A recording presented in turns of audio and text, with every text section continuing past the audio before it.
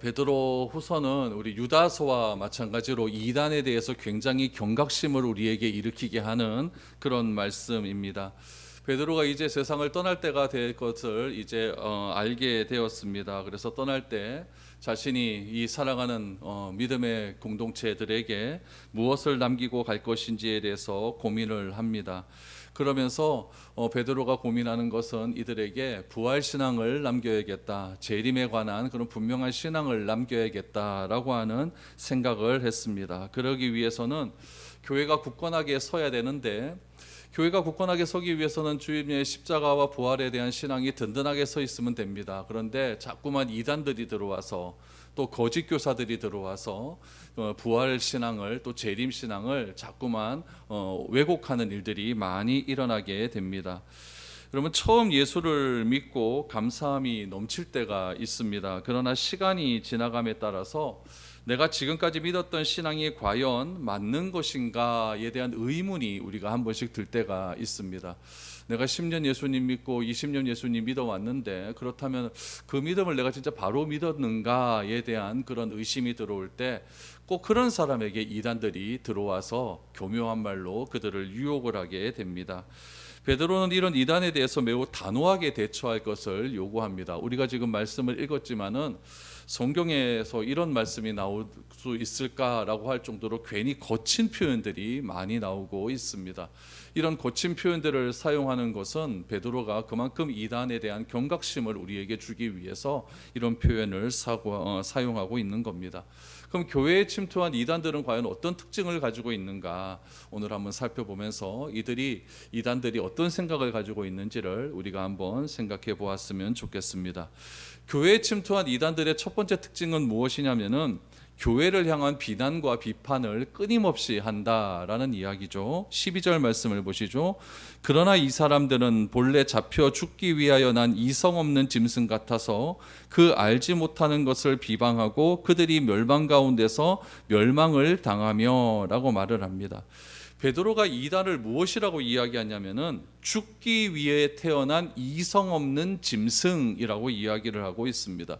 여러분, 사람을 가리켜서, 사람을 향하여서 너 참 잘 살고 있다 이렇게 말하는 것이 좋지, 사람을 향하여서 넌 죽기 위해서 태어난 생각 없는 인간 아니냐 이렇게 말하는 것처럼 여러분 굉장히 강한 말 표현들이 어디 있겠습니까? 지금 베드로는 이단들을 향하여서 죽기 위해 태어난 이성 없는 짐승과 같다라고 이야기를 합니다. 여러분, 이성이 없고 생각하는 능력이 없기 때문에 어떻게 하느냐, 알지 못하는 것을 욕하고 떠들어댄다라고 이야기를 하죠. 이들의 말에는, 이단들의 말에는 비방하고 비판하는 말들이 많다라는 겁니다. 왜 그럴까요? 이유는 딱 한 가지죠. 교회를 흔들기 때문이다, 흔들기 위함이다 라는 이야기죠. 그래서 교회에 들어와서 이 교회는 이래서 안 되고 이 교회는 저래서 안 된다라고 하는 아주 다양한 표현들을 자꾸 이야기를 하게 되는 것이죠. 여러분, 교회는 비방하고 비판하는 곳이 아니라 사랑하고 기다려주는 곳 아니겠습니까? 그런데 교회가 자꾸 이렇게 비판하고 비난하는 사람들이 많아지게 되면 교회는 여러분 금방 넘어지고 맙니다. 제가 부목사 때 한 10대 명 되는 교인이 한 번에 교회에 등록하겠다고 찾아온 적이 있었습니다. 한 번에 여러분 이렇게 많이 찾아오게 되면은 여러분 이거는 뻔한 겁니다. 자기가 있던 교회에서 문제를 일으키고 나왔던지, 아니면 그 교회에서 갈등이 있던지 그렇게 나온 거죠. 그 교회는 이렇게 한 번에 나오면 안 받아줍니다. 이건 분명히 문제가 있는 걸 알기 때문에 다른 교회를 찾아가시죠 이렇게 권면을 하는데, 그 모인 분들 중에 대표격 되는 분들이 한 분이 찾아와서 평일날 찾아와서 이게 저하고 대화를 한 거죠. 아무 문제 안 하고 아무 문제 안 일으키고 이렇게 조용히 있으면서 이렇게 신앙생활 잘 할 테니까 어떻게 좀 교회에 이렇게 등록할 수 있도록 해주십시오라고 이렇게 사정을 하는 겁니다. 그래서 이분들 때문에 당회까지 열렸어요. 당회까지 열리고 이래서 이분들을 어떻게 하겠느냐, 그래도 찾아온 분들인데 받아주자라고 해서 한 14명 정도 되는 것 같아요. 그분들을 한 번에 이렇게 받아들였습니다. 근데 여러분, 이분들이 들어오면서 문제를 일으키기 시작하는데, 들어와서 여러분 가만히 있으면 될 것 아닙니까? 처음 오니까 얼마나 반갑습니까? 또 많은 분들이 찾아오니까 교인들이 와서 반갑다 그러고 인사하고 같이 밥 먹자 그러고, 그래서 교회에서 밥 같이 먹고 그러면은 아우 예예 이러고 가만히 있으면 되겠는데 무슨 얘기 할까요? 어쩌다 이 교회 오셨습니까? 그러면 그때부터 시작이 되는 거죠. 제가 있던 교회에서 이렇게 시작이 되는 거죠. 그래서 그거 한 번 하면 끝나면 될 것 같은데 그게 계속 지속되는 겁니다. 3번 되고 4번 되고 막 석 달, 넉 달 계속되다 보니까 여러분 그분들 때문에 분위기가 굉장히 이상해져요. 그런데 제가 지금 이 말을 하고 싶었던 게 아니라 중요한 것은 무엇이냐면은 그 교회 분위기가 어떠냐면 그런 비방하는 사람들을 수용하지 않습니다. 비방을 하게 되면은 여러분 맞지요 이렇게 해가지고 저도 그런 적이 있습니다 이렇게 해야 뭔가 꿍짝꿍짝이 맞아갖고 뭔가 더 큰 얘기가 나올 것 아니겠습니까? 근데 그 교회 사람들은 이런 비판적인 얘기가 나오면은 받아들이질 않는 거예요. 아, 예. 그리고 딴 얘기를 해버리는 거죠. 그리고 우리 교회는 이런 것이 좋아요 이렇게 얘기를 해버리는 겁니다. 이런 것들이 계속 지속되다 보니까 그 비판하던 그분들이 어떻게 되겠습니까? 점점 설 자리를 잃어버리는 거죠. 그러다가 결국에는 반은 나가고 또 반은 남고 그러다 결국 그분들이 이제 비판을 하지 않는 그런 일들이 일어나게 되는 것이죠. 여러분 무조건 사람이 온다고 좋은 것도 아니고 안 온다고 좋은 것도 아닙니다. 사람이 올 때에는요 교회가 그분들을 품을 수 있는 그런 마음들이 되어 있는가 이것이 훨씬 더 중요한 것 아니겠습니까? 비판하는 사람들이 와서 기존 성도들에게 나쁜 영향을 미친다면은 여러분 안 오니만 못하는 것 아니겠습니까? 교회는 걷잡을 수 없이 흔들리고 만다는 이야기죠. 문제가 있어서 교회를 옮길 수는 있습니다. 도저히 그 목사님 설교 못 듣겠다 이래서 교회를 옮기는 것 어떻게 하겠습니까? 그러나 옮기더라도 전에 교회를 비판하고 그 교회에 가가지고 또 교회를 비판하는 것은 여러분 바른 것이 아니다라는 이야기죠. 베드로는 여러분 이런 이단들이 이런 일을 많이 한다라고 이야기를 합니다. 생각 없는 짐승과 같아서 하는 말마다 비판과 비난이 끝이 없다라고 이야기를 하고 있는 것이죠. 그러므로 우리들 마음 가운데에서도 여러분 이런 비난하고 비판하는 마음들이 많이 있다라고 한다면 베드로의 이 경고를 우리가 잘 받아들여야 됩니다. 나는 생각 없는 짐승과 같은 사람인가? 잘 받아들이셔야 돼요. 그래서 여러분 그렇게 비판하고 비난하기보다는 모든 판단과 정의는 하나님께서 하시는 일이고 우리는 기다려주고 사랑해주고 기도해주는 것밖에 없다라는 것을 우리는 반드시 기억을 해야 됩니다. 베드로는 이야기합니다. 교회를 향한 비난과 비판을 끊임없이 하는 자들이 이단이다라고 말을 합니다. 두 번째로 베드로가 말하는 이단의 특징은 무엇이냐면은 본질적인 가치는 관심에 두지 않고 형식에만 관심을 둔다라고 말을 합니다. 본질적 가치는 관심에 두지 않고 형식에만 관심을 둔다. 13절 말씀을 보십시오. 불의의 값으로 불의를 당하며 낮에 즐기고 노는 것을 기쁘게 여기는 자들이니 점과 흠이라 너희가 함께 연희할 때에 그들의 속임수로 즐기고 놀며 라고 말을 합니다. 여러분 교회에 침투한 이단들이 가장 먼저 하는 일은 무엇이냐면은 교회라고 하는 것은 여러분 예수를 알아가고 예수에 대한 관심이 많고 신앙이 점점 자라나야 될 것 아니겠습니까? 근데 이들은 뭐 한다고 합니까? 낮에 즐기는 것을 좋아한다. 낮에 즐기고 노는 것을 좋아한다. 그리고 13절 하반절에 보니까 너희와 함께 연회할 때에 먹고 마시고 놀 때에 그들의 속임수로 즐기고 논다라고 이야기를 하고 있지 않습니까?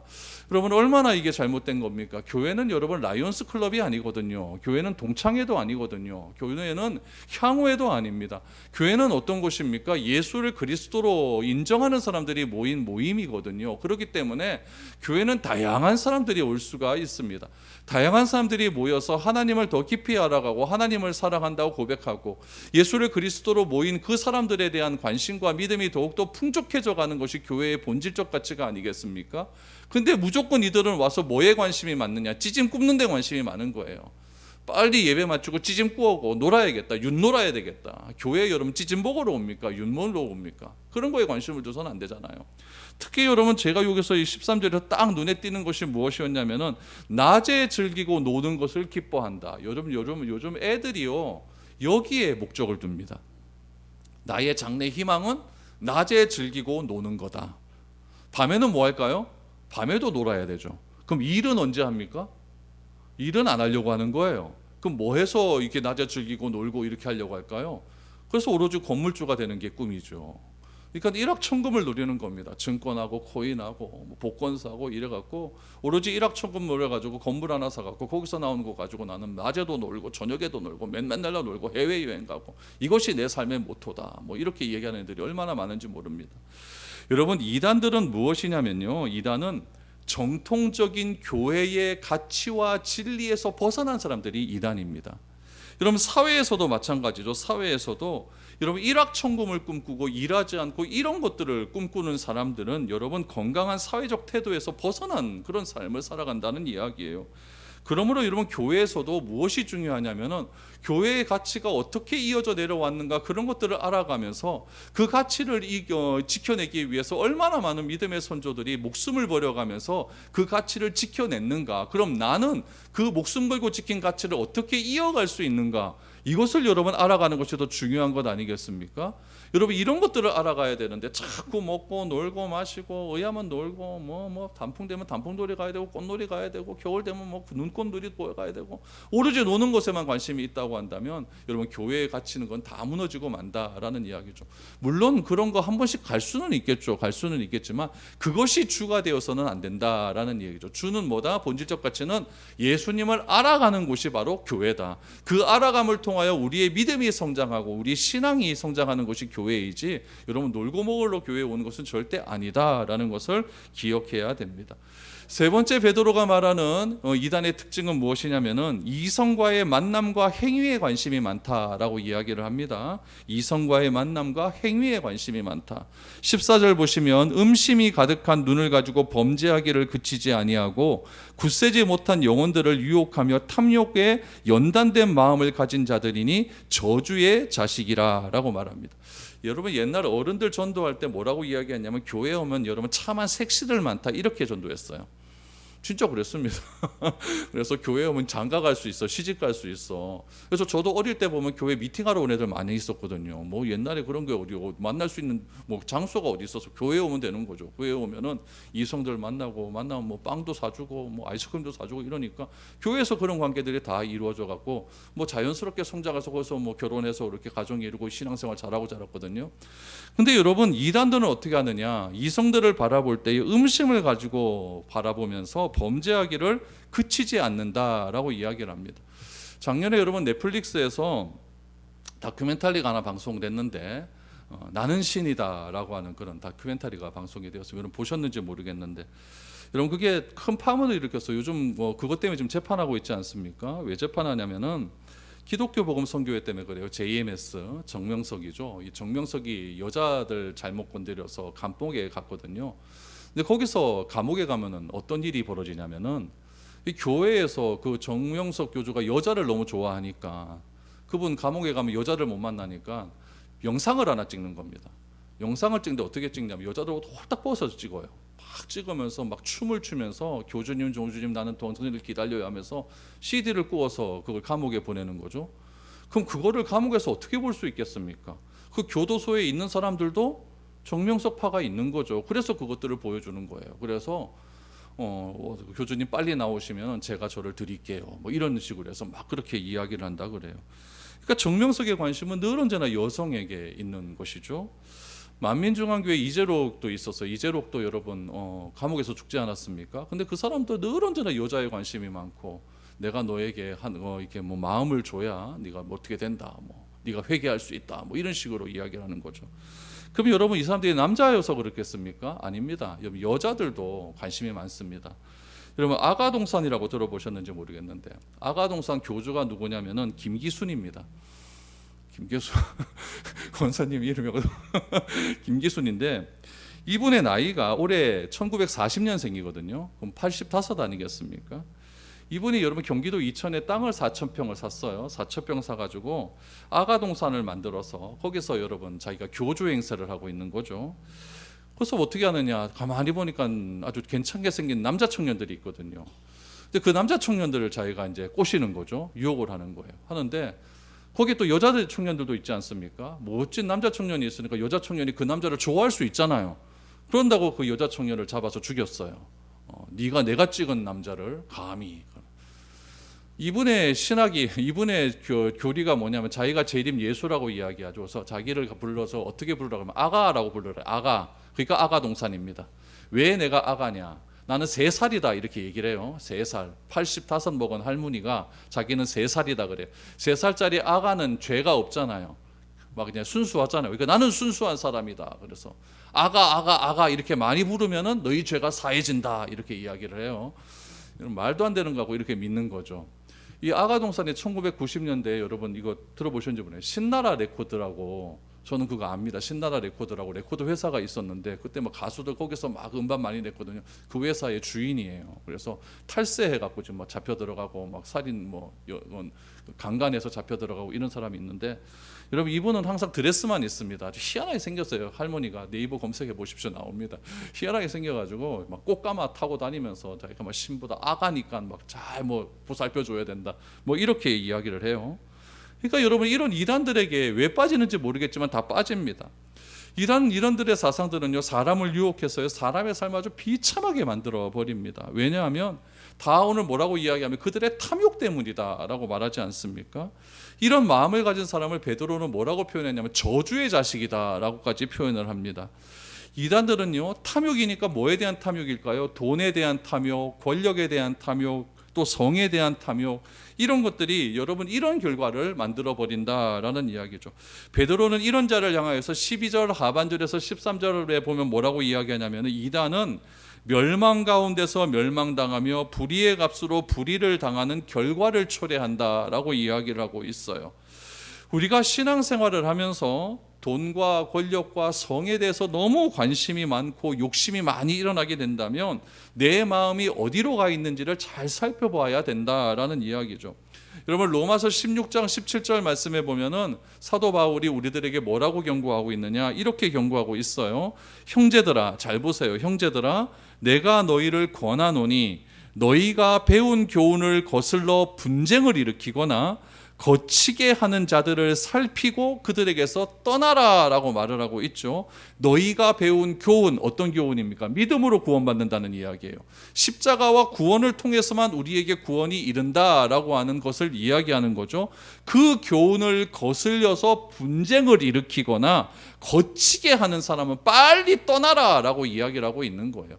정통적인 교리에서 여러분 자꾸 막 시비를 거는 사람을 있으면 빨리 떠나라고 이야기하고 있는 것이죠. 왜냐하면 그들을 만나면 늘 언제나 분쟁이 그치지 않기 때문에 그렇다는 이야기입니다. 또 한 군데 보면 디도서 3장 10절 말씀에 보면 이렇게 나와요. 이단에 속한 사람을 한두 번 훈계한 후에는 멀리하라 라고 말을 합니다.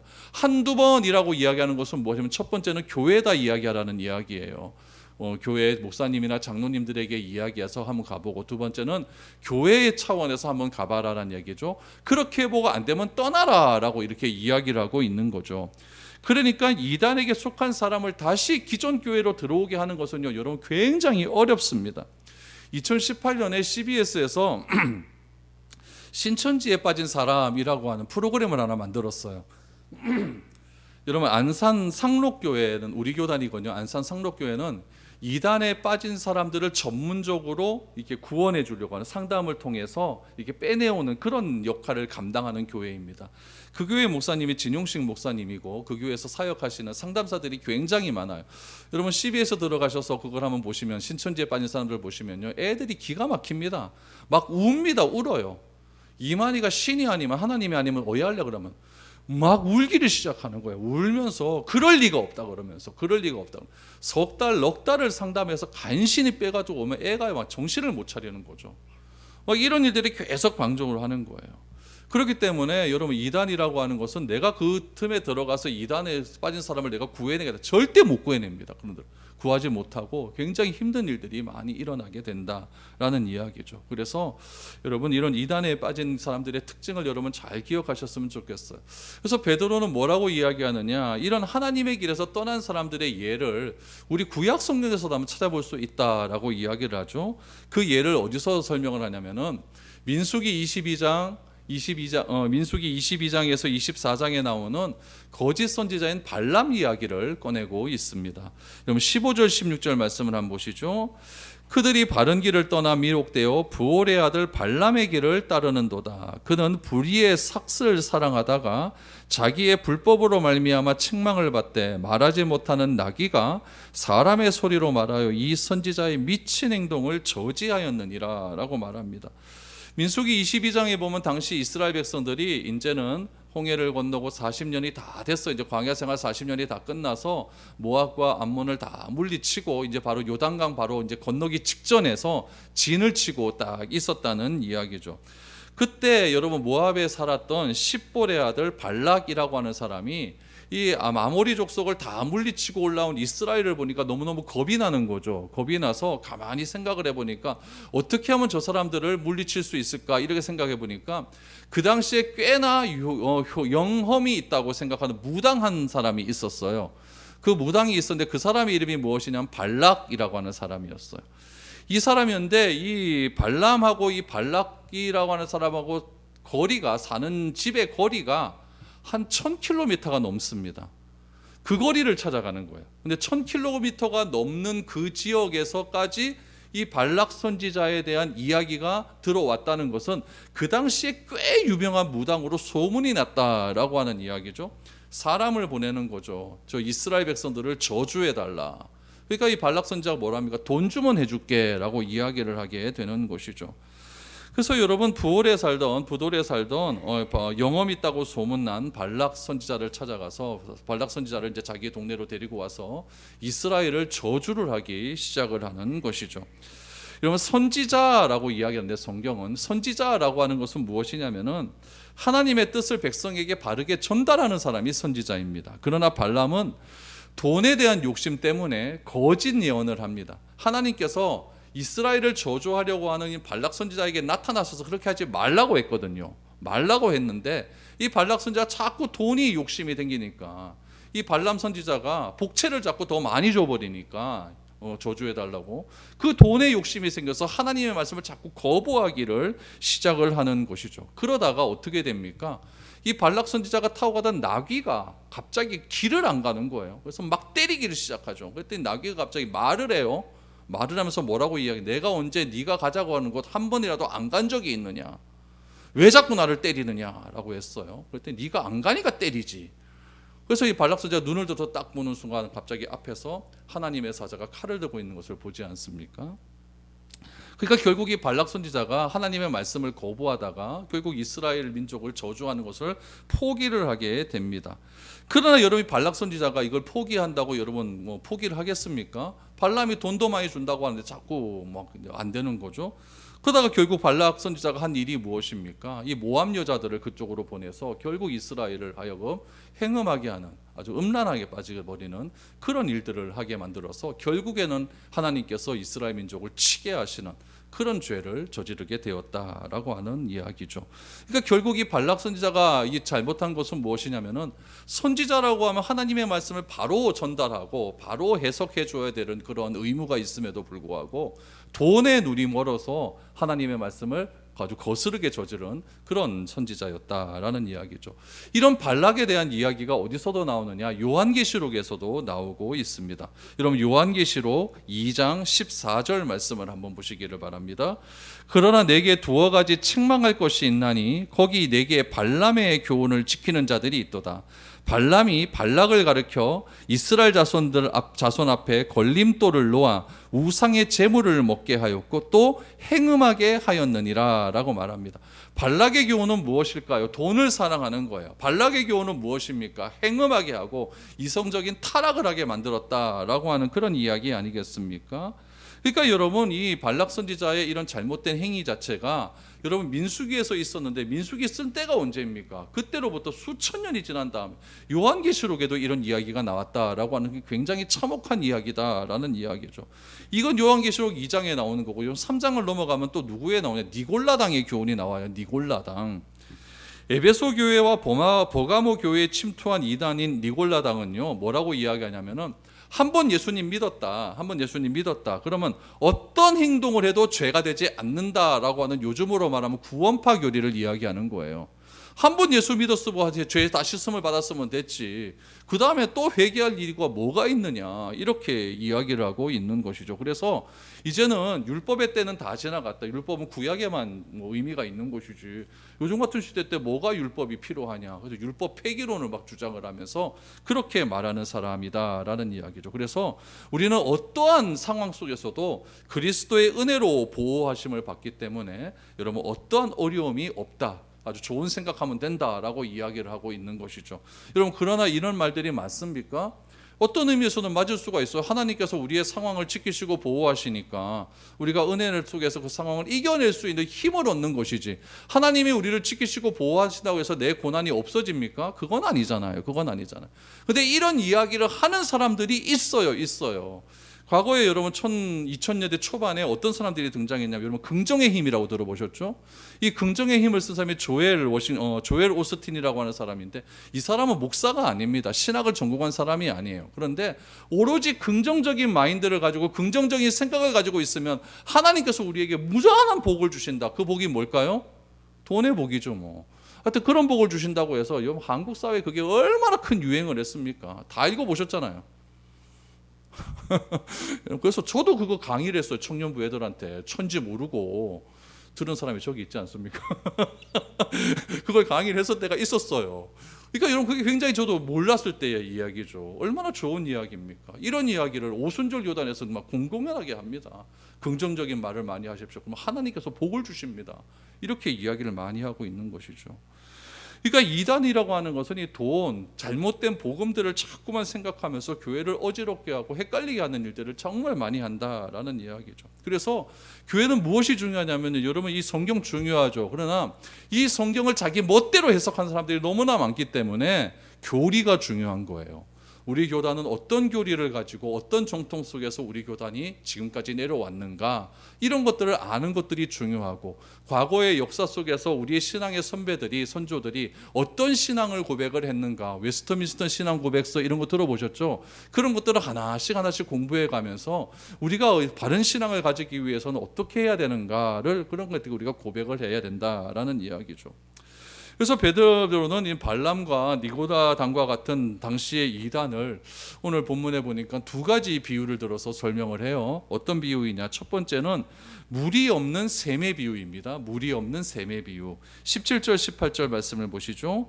이 사람들은 물 없는 샘이요 광풍에 밀려가는 안개니 그들을 위하여 캄캄한 어둠이 예비되어 있나니 그들이 허탄한 자랑의 말을 토하며 그릇되게 행하는 사람들에게서 겨우 피한 자들을 음란으로서 육체의 정욕 중에서 유혹하는도다 라고 말을 합니다. 거짓 교사들의 교훈은 유익이 없음을 은유적으로 표현을 한 거예요. 그것이 첫 번째 비유가 무엇이냐면은 물이 없는 샘이다 라고 말합니다. 그럼 사람들이 샘에 왜 갈까요? 왜 물 먹으려고 그래요? 목마르기 때문에 물 먹는 건 아닙니까? 근데 샘물에 닦았더니 물이 없어요. 그러니까 얼마나 허탈하겠습니까? 실제적으로 이스라엘에 가보면요, 샘은 샘인데 물이 없는 샘들이 종종 있어요. 왜냐하면은 이스라엘은 여러분 그 우기와 건기가 분명하게 나눠져 있는 그런 나라들 아닙니까? 그리고 그 당시에는 뭐 거기 댐이 있습니까? 뭐가 있습니까? 하늘에서 비가 안 와버리면은 굉장히 힘들어져 버리는 것이죠. 뭐 샘이인데 목말라서 샘에 갔는데 건기라서 물이 없어요. 그러면은 사람 마음 가운데 굉장히 허탈한 마음이 생길 수밖에 없는 것이죠. 마찬가지로 거짓 교선상들은 무엇이냐? 이단들은 무엇이냐? 교훈의 갈증이 많아요. 우리가 이 성경 말씀 가만히 읽다 보면 잘 이해가 안 되는 부분이 있지 않습니까? 그걸 어떻게 해석해야 될까에 대한 갈증이 많은데, 그런 갈증들을 여러분 정말 이상한 표현을 들어서 그렇게 해결해 주려고 한다라는 이야기죠. 교훈이 갈증을 해결하는 셈처럼 생각되지만 실제로는 아무런 만족을 줄 수 없는 그런 것과 같다. 그것을 베드로는 물이 없는 샘과 같다라고 그렇게 이야기를 하고 있는 것이죠. 두 번째는 무엇에 비유합니까? 안개에 비유해요. 안개는요 세상을 소유한 것처럼 세상을 자욱하게 덮습니다. 여러분 안개 끼친데 이렇게 탐 보면은 참 낭만이 있어요. 그렇죠? 안개 자욱하게 끼치면 굉장히 좋죠. 이쁘지 않습니까? 그런데 이 안개는 뭐가 일어나면 없어집니까? 바람 한번 불어나면 싹 없어지는 것 아닙니까? 이단의 교훈이 이렇다는 이야기예요. 이단의 교훈은 가만히 보면 진짜 달콤하고 이런 것도 이렇게 해석이 되네 이렇게 생각할 수가 있지만은 진짜 조금만 뭐 잘못되면 그 한 번에 다 없어지는 그런 것과 같다라고 이야기를 하고 있는 것이죠. 그러니까 이단들의 특징은 무엇이냐면요, 전도의 대상이 비그리스도인은 아니라는 이야기예요. 꼭 여러분 교회에 다니는 사람을 주 타겟으로 한다라는 이야기입니다. 그럼 신천지도 그렇고 하나님의 교회도 그렇고 다 그렇습니다. 정통교회와 천주교회가 자신들의 전해야 돼야 될 포교 대상으로 그렇게 인식을 하고 있죠. 저 얼마 전에 월성동거기 지나다가 월성동거기 보니까 하나님의 교회 큰 거 하나 건물 하나 만들어 놨대요. 아시는지 모르겠는데 저는 깜짝 놀랐어요. 깜짝 놀랐어요. 저게 언제 저렇게 해서 저렇게 멋지게 저렇게 지어놨노 싶더라고요. 그러니까 기존의 건물들 다 사갖고 자기들 하나님 교회 만들어 놓고 교회 건물 건축하다가 막 부도난 교회 다 사갖고 자기들 뭐 하나님 교회 만들어 놓고 뭐 이렇게 한다는 이야기죠. 그러면서 여러분 자신의 신분을 속이고 도움을 주거나 도움을 받는 관계를 형성하고 그 가운데 개인정보 다 빼어나서 그 사람의 성향을 파악한 다음에 접근해서 대상자를 이렇게 포교하지 않습니까? 이처럼 자랑을 일삼는 사람에게 피할 자들을 악한 욕망으로 깨어 다시금 유혹한다라고 이렇게 베드로는 이야기하고 있습니다. 특별히 저는 이 18절 말씀에서 뭐에 주목을 했냐면요, 이 정욕이라고 하는 말에 주목을 했어요. 정욕이라고 하는 말을 원어에 찾아보니까 뭐라고 나와 있냐면은 욕망, 갈망이라고 하는 말로 나와 있어요. 욕망, 갈망. 여러분, 욕망과 갈망이라고 하는 말은요, 중립적인 단어예요. 내가 이 욕망과 갈망을 어느 때에 사용하느냐에 따라서 이게 악이 될 수가 있고 선이 될 수가 있는 거예요. 그러니까 우리가 사용하는 단어 중에 어떤 거는 딱 악한 단어가 있어요. 근데 어떤 거는 선한 단어가 있고요. 근데 어떤 것들은 중립적인 단어가 있는 거예요. 돈, 악한 겁니까? 선한 겁니까? 이건 중립적인 거예요. 내가 어떻게 벌고 어떻게 사용하느냐에 따라서 악해질 수도 있고 선해질 수도 있는 거예요. 권력 어떻습니까? 이것도 중립적인 거죠. 성 어떻습니까? 다 중립적인 거 아닙니까? 그러니까 내가 어떻게 사용하느냐에 따라서 이것이 악이 될 수도 있고 선이 될 수가 있다는 이야기죠. 오늘 이 말에 나오는 욕망, 갈망이라고 하는 것은요, 내가 하나님에 대한 갈망함이 있다. 얼마나 선한 마음입니까? 그런데 이 욕망, 갈망함을 내가 악한 것으로 사용해버리면 이건 악이 될 수가 있다라고 하는 그런 표현이라는 이야기죠. 그러니까 여러분, 결국 이 사람들이, 이 이단들이 가지고 있는 이 욕망과 갈망이라고 하는 것이 중립적인 단어임에도 불구하고 이것을 어떻게 사용한다? 악한 쪽으로 사용을 한다라는 이야기죠. 결국 얘네들이 갈망하고 욕망하는 것은 결국 뭘까요? 돈이고 권력이고 성이에요. 이런 것들을 어떻게 사용하느냐에 따라서 여러분 선이 될 수도 있고 악한 것이 될 수도 있는 것 아니겠습니까? 그러니까 여러분, 이런 사람들이 찾아와서 이렇게 얘기를 하는 거죠. 누구에게 기도하면은 정말 용험한 사람이 있는데 누구에게 기도 한번 받으면 돈 벌 수가 있고 사업 잘 되고 안 되는 것이 된다라고 하면 혹해서 따라가는 것이죠. 돈 때문에 마음이 편하지 않으면서도 여러분 가게 된다는 이야기죠. 그래서 베드로는 이렇게 이야기합니다. 19절에 보니까 그들에게 자유를 준다 하여도 자신들은 멸망의 종들이니 누구든지 진 자는 이긴 자의 종이 됨이라 라고 말합니다. 여러분, 그리스도인의 자유와 자기들의 허탄한 방종을 지금 얘네들이 구분을 하지 못하는 거예요. 자유는 하나님이 주신 테두리 안에서 내가 하나님의 법을 지켜가면서 살아가는 것이 자유입니다. 그러나 방종은 뭐냐면은 하나님이 주신 테두리를 넘어가는 것이 방종이에요. 선이 있으면 그 선 안에서 내가 마음껏 누리는 것이 자유라고 한다면 방종은 그 선을 넘어가는 거예요. 애들이 할아버지 수염을 막 잡아 뜯고 이런 건 방종 아닙니까? 아무리 귀엽다 할아버지 수염 뜯는다, 이게 방종이라는 이야기예요. 그러니까 하나님께서 우리에게 주신 자유가 있어요. 무슨 자유일까요? 죄에서 자유함을 얻지 않습니까? 율법 안에서 자유함을 얻지 않습니까? 모든 것에서 해방되는 그런 자유함을 우리는 얻고 살아갈 수가 있어요. 여러분, 병든 자에게 병이 낫는다라고 하면 이게 자유일까요? 자유 아니에요? 이건 자유예요. 진짜 돈이 없어요. 돈이 없는데 그 사람에게 필요한 돈이 해결이 됐어요. 그럼 이건 자유일까요? 자유 아닐까요? 이건 자유라는 이야기예요. 그런데 이런 것들을 이용해서 방탕으로 빠져나가는 게 이단이라는 이야기죠. 네가 여기 와서 이런 것들을 하면 네가 이거 해결돼, 이런 식으로 얘기한다는 얘기죠. 이런 것들을 어디서 많이 했냐면 신약시대 때 사두개인들, 바리새인들이 많이 했다는 이야기죠. 그러니까 사두개인들과 바리새인들은 어떻게 했느냐, 시장 어귀에 가서 손들고 기도하지 않습니까? 하루에 3번씩 기도하지 않습니까? 이것 해야만 하나님께 인정받는 자녀다라고 하면서 이런 율법의 무게를 가지고 사람들에게 자꾸 무게를 씌워주는 거죠. 이단들 뭐라고 이야기합니까? 너 14만 4천 명에 들어가야 되는데 그 안에 들어가려면 너에게 해당되는 몫이 있다는 이야기예요. 그 몫을 네가 받아야만 네가 구원받을 수 있다라고 이야기합니다. 근데 못하는 사람이 있을 것 아니에요. 거기에 얼마나 억눌리고 있습니까?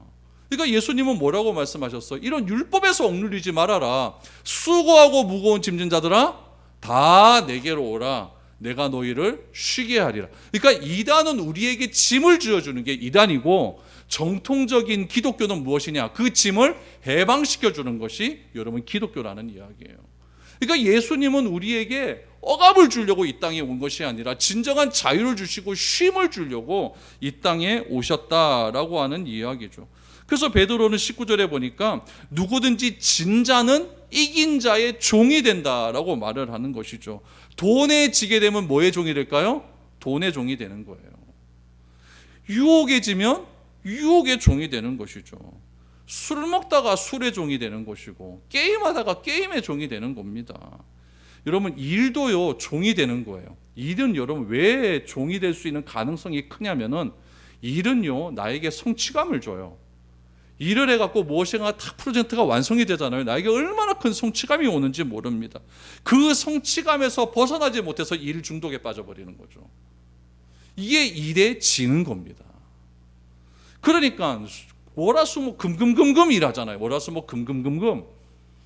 우리 하나님께서는 하루를 쉬어라 라고 이야기하는데, 이게 일 중독이에요. 그래서 고집고사에 빠진 자의 결말을 베드로가 이렇게 딱 한마디로 결론을 내립니다. 20절 이하를 보십시오. 만일 그들이 우리 주 대신 구주 예수 그리스도를 알므로 세상의 더러움을 피한 후에 다시 그 중에 얽매이고 지면 그 나중 형편이 처음보다 더 심하리니, 의의 도를 안 후에 받는 거룩한 명령을 저버리는 것보다 알지 못하는 것이 도리어 그들에게 나으니라. 참된 속담에 이르기를 개가 그 토하였던 곳에 돌아가고 돼지가 씻었다가 더러운 구덩이에 도로 누웠다 하는 말이 그들에게 응하였도다 라고 말한, 무슨 말입니까? 구원을 받았다가 구원을 빼앗기는 건 그게 제일 나쁜 거라는 이야기예요. 제일 나쁜 거라는 얘기죠. 예수 그리스도를 알므로 세상의 더러움에 피했어요. 죄 가운데 피한 것 아닙니까? 예수님이 주신 그 안에서 죄에서 자유함으로 피했는데 다시 그 밖으로 나간다는 거예요. 그러니까 얼마나 이게 어려운 일입니까? 그 밖으로 빠져나가게 돼버리면 그 사람이 다시 돌아오기가 너무너무 어렵다라고 하는 이야기죠. 그것을 베드로가 그 당시에 속담에 비유를 해서 이야기해요. 돼지는 뭐냐? 자기가 먹고 토한 것을 다시 먹는다 그래요. 돼지는 뭐냐? 깨끗하게 씻겨놨더니 진흙탕으로 다시 들어간다고 합니다. 이게 여러분 정통 기독교 안에 들어왔다가 다시 이단에 빠진 사람을 빗대어서 이야기하는 것이죠. 그래서 22절에 보니까 그 말이 그들에게 응하였도다라고 말하지 않습니까? 먹은 것 토한다가 다시 먹은 것, 하나님 믿었다가 다시 하나님 거부하고 나가는 것, 이거는 여러분 예수님을 안 믿는 사람에게 복음 전하는 것과 결이 좀 다른 거예요. 차라리 예수님을 안 믿는 사람들은요 낫습니다. 왜냐하면 복음을 들을 수 있는 기회가 열려있기 때문에 그렇습니다. 그러나 이단에 빠진 사람은 아예 들으려고도 하지 않습니다. 다 아니라고 이야기합니다. 그렇기 때문에 빠져나오기가 굉장히 힘들다라는 이야기죠. 오늘날은요 여러분, 이단의 교세가 너무 크고 돈으로 세상을 지배하려 하기 때문에 우리가 까딱 잘못하면 유혹에 넘어갈 수가 있습니다. 이단은 우리가 짊어지지 못할 것을 자꾸 강요하고 있는 것이죠. 이단은 사람에게 다 버리라고 이야기합니다. 그러나 그 버린 것을 누가 가져갈까요? 이단의 우두머리가 다 주워서 다 자기한테 다 가지고 갑니다. 잘 분별하여서 하나님이 주신 참된 진리에서 벗어나지 말아야 한다는 것입니다. 그래서 이단의 가장 큰 특징은 여러분 이것만 아시면 됩니다. 그들이 하는 말과 행동이 다르다. 말과 행동이 다르다라는 것을 잘 기억하셔서 여러분 진리이신 그리스도를 믿는 자로서 여러분 세상에서 복음을 잘 드러낼 수 있는 그런 사람이 되어야 됩니다. 여러분 오늘날은요 말로써 예수님을 전하는 그런 시대는 다 지나갔습니다. 뭘로 보여줘야 될까요? 우리의 행동으로 보여주는 그런 시대예요. 그래서 우리가 어떤 행동을 취해야 하느냐에 따라서 많은 사람들을 주의 품으로 들어올 수 있게 한다라는 것을 꼭 기억하셔서 경각심을 가지시고 항상 주님 안에서 자유함을 누릴 수 있는 저와 여러분들이 될 수 있기를 바랍니다.